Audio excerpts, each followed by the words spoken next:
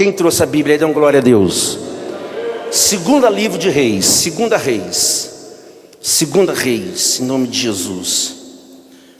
Tem alguém aqui que foi desenganado pelos médicos, e pelos médicos você não tinha cura e foi curado pelo poder da fé? Quem aqui já foi curado pelo poder da fé?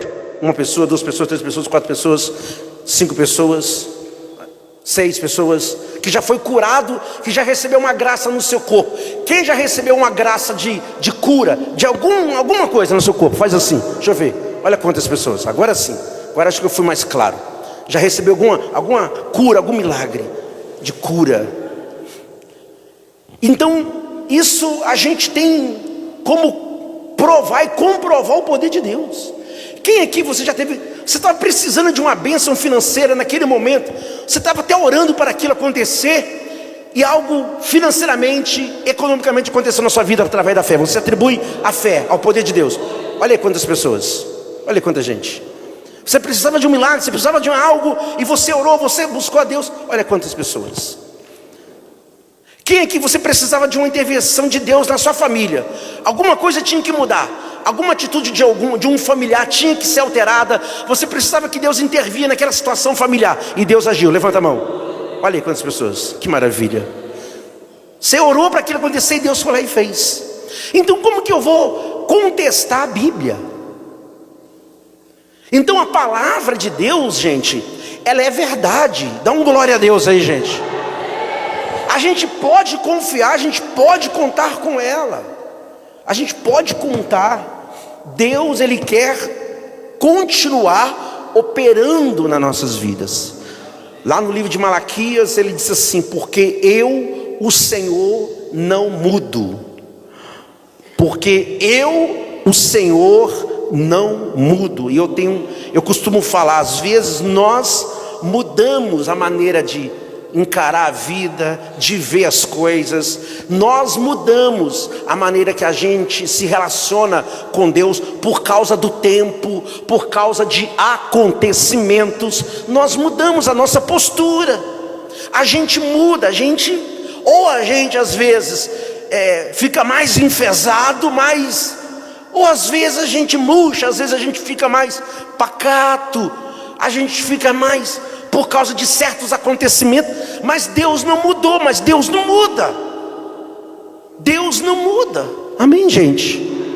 O exemplo de Josué e Caleb, né? Quando Josué estava dividindo as terras lá para os valentes, as tribos, o Caleb falou assim para Josué: me dá a minha parte. O Caleb falou: me dá a minha parte. Não foi assim, pastor Gilberto, né? O Caleb disse: eu quero a parte que me cabe, porque eu tinha 40 anos quando foi feita a promessa. Hoje eu estou com 85 e estou crendo como lá atrás. Estou tão fervoroso quanto há 45 anos atrás. O Caleb disse: eu estou na mesma confiança. O Josué foi, o abençoou e deu para ele a parte que lhe cabia a Caleb. Isso é extraordinário. Amém, gente? Vamos à palavra. Segunda livro de Reis, capítulo 7. Uma mensagem conhecida de alguns, muito conhecida de nós, mas que nós vamos extrair daqui o que o Espírito Santo tem para a gente. Capítulo 7. Capítulo 7, no versículo 3. 7:3. Nós vamos falar quando o desespero se torna ou se transforma em milagre. Amém? Quando o desespero se transforma em milagre. Vamos acompanhar. 4 homens leprosos estavam à entrada da porta, os quais disseram uns aos outros: para que estaremos nós aqui sentados até morrermos? Se dissermos: entremos na cidade, há fome na cidade e morreremos lá. Se ficarmos sentados aqui, também morreremos. Vamos, pois, agora e demos conosco no arraial dos Círios, Se nos deixarem viver, viveremos. Se nos matarem, tão somente morreremos. Levantaram-se ao anoitecer para se dirigirem ao arraial dos Círios. E tendo chegado à entrada do arraial, eis que não havia lá o que, gente? Ninguém, não tinha ninguém. Por que não tinha ninguém? Porque o Senhor fizera ouvir no arraial dos Círios ruído de carros e de cavalos, e ruído de um grande exército, de maneira que disseram uns aos outros: eis que o rei de Israel alugou contra nós os reis dos heteus e os reis dos egípcios para virem contra nós. Pelo que se levantaram e fugiram ao anoitecer, deixaram as suas tendas e os seus cavalos e os seus jumentos e o arraial como estava, e fugiram para salvar sua vida. Chegando, pois, aqueles leprosos à entrada do arraial, entraram numa tenda e comeram e beberam, e tomaram dali prata e ouro e vestes, e se foram e os esconderam. Voltaram e entraram em outra tenda, e dali também tomaram alguma coisa e esconderam. Então disseram uns aos outros, no caso os leprosos: não fazemos bem, este dia é dia de boas novas, e nós nos calamos. Se esperarmos até a luz da manhã, seremos tidos por culpados. Agora, pois, vamos e anunciemos a casa de Israel. E vieram, pois, e brandaram aos porteiros da cidade. Eles brandaram porque eles não podiam entrar na cidade. Por que eles não podiam? Eles eram leprosos. Eles brandavam, eles gritaram, eles deram um grito lá para os porteiros do arraial, e lhes anunciaram dizendo: fomos ao arraial dos Círios, e eis que lá não havia ninguém, voz nenhuma, mas somente cavalos, jumentos atados, e as tendas como estavam. Então os porteiros gritaram e fizeram anunciar a nova no interior da casa do rei. Levantou-se o rei de noite e disse a seus servos: agora eu vos direi o que é que os sírios nos fizeram. Bem sabemos eles que estamos esfaimados ou famintos, debilitados. Por isso saíram do arraial, esconder-se pelo campo, dizendo: quando saírem da cidade, então os mataremos vivos e entraremos nela. Então os tomaremos vivos e entremos nela. Então um dos seus servos respondeu e disse: tome-se, pois, 5 dos cavalos que ainda restam na cidade, pois toda a multidão de Israel que ficou aqui, de resto, terá a mesma sorte da multidão dos israelitas que já pereceram. E viemos homens e vejamos.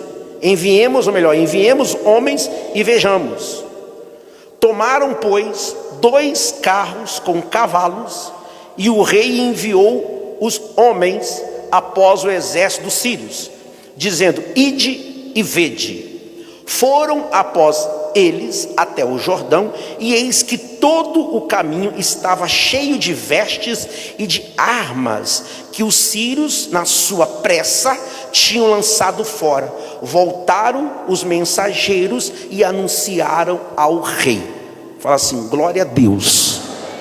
Até aqui tá bom. Até aqui vamos buscar aqui em Deus a compreensão do que o Senhor Jesus tem para cada um de nós. Amém, gente? Igreja, levante a sua cabeça. Aqui fala de uma história de homens que eu não me lembro, pastor Gilberto, de outra ocasião esses leprosos aparecerem na Bíblia depois disso aqui. Se tem, só sabe de algum, eu não lembro, depois desse acontecido aqui, esses 4 leprosos aparecerem, algum relato deles na Bíblia. Não aparece. Aqui, para a gente se contextualizar, vamos dizer assim, para a gente se contextualizar, o que estava acontecendo aqui? Samaria, que era a terra desses leprosos, tinha tido uma grande fome. Por quê? Os sírios, os próprios sírios, eles tinham cercado a cidade. Os inimigos cercaram a cidade, invadiram a cidade e delimitaram a cidade. Então o que aconteceu? O comércio daquela região foi afetado diretamente. As pessoas não conseguiam se locomover, até porque se fizesse, seriam pegas, prisioneiras e mortas. Então os sírios demarcaram a cidade toda de Samaria. Hoje, se você buscar nos estudos, Samaria é Cisjordânia, em Israel, lá no Oriente Médio. Hoje a Samaria é a Cisjordânia de hoje. Então os sírios cercaram toda a cidade, ninguém conseguia se locomover. Aquele movimento de mercadoria sendo levado para lá, para cá, o comércio, né? Venda, compra, venda, troca, parou. Eu acredito que a história bíblica é real, diga glória a Deus. Você deve ter lido essa mesma mensagem que comigo aqui, nós já lemos, você já leu em casa. Se você voltar um pouquinho atrás, você vai ver que o negócio ficou tão feio, por não ter comércio, não ter circulação de dinheiro. Parou a circulação de dinheiro, o negócio foi agravando. É como a pandemia que nós tivemos aí, que as pessoas começaram a ficar sem trabalho, sem dinheiro, sem ter o que comer. Essa mesma passagem um pouquinho atrás diz que 2 mães combinaram uma com a outra. Para quê? Alguém sabe? Para matar o filho e comer. A coisa ficou muito séria lá. A coisa ficou muito séria. O comércio travou, tudo travou. Eles estavam vendendo, quem tinha ainda, cabeça de jumento para o povo se alimentar. A coisa estava feia. Aí os leprosos, 4 homens leprosos, que não tem nome aqui na Bíblia, a Bíblia não mostra esses homens aqui. Qual era o nome deles? Aqui não fala do nome deles. Quem são depois disso aqui? Também não fala. Mas fala que esses homens, eles tiveram uma atitude muito de fé, uma atitude grande, de romper com aquela condição que eles estavam vivendo. De romper com aquela condição, eles entenderam que se eles ficassem parados ali, porque eles não podiam entrar na cidade. Uma que eles eram leprosos e outras que na cidade de Samaria tinha fome. Eles entenderam que se ficasse parado eles iam morrer. E que se eles fossem no arraial dos sírios, eles também poderiam morrer. Mas eles entenderam que se ficar parado seria pior. Era uma morte lenta. Se eles ficassem parados, ia ser uma morte lenta. Então eles tinham que tomar uma atitude. Eles tinham que agir. Fala assim, glória a Deus. Eles tinham que agir. E naquele momento, aqueles leprosos, eles rompem com aquela condenação deles. Eles rompem com aquela condenação, com aquela sentença, porque humanamente, quem eram aqueles leprosos? No contexto humano, quem eram eles? Qual é a relevância que aqueles homens tinham dentro daquele cenário? Qual é a relevância? Qual a relevância que eles tinham dentro daquela realidade?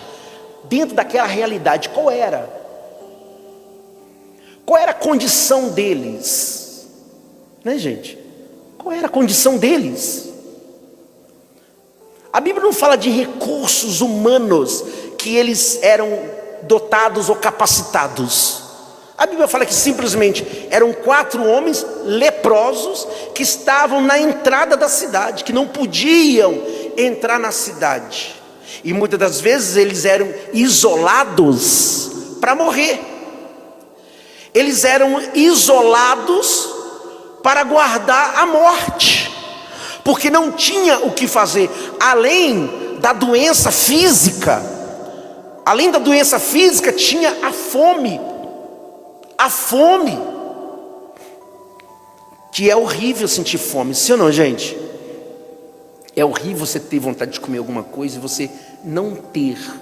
Uma coisa é você não saber o que você quer. Ter dinheiro, você pode ir lá comprar uma pizza, você pode ir lá comprar uma torta. Uma coisa é você ter o dinheiro, outra coisa é você não ter dinheiro, não ter aonde comprar. Não ter aonde comprar, não. É uma sentença, é uma coisa muito terrível. Aí eles dizem assim, mas lá no arraial dos Círios, lá tem comida.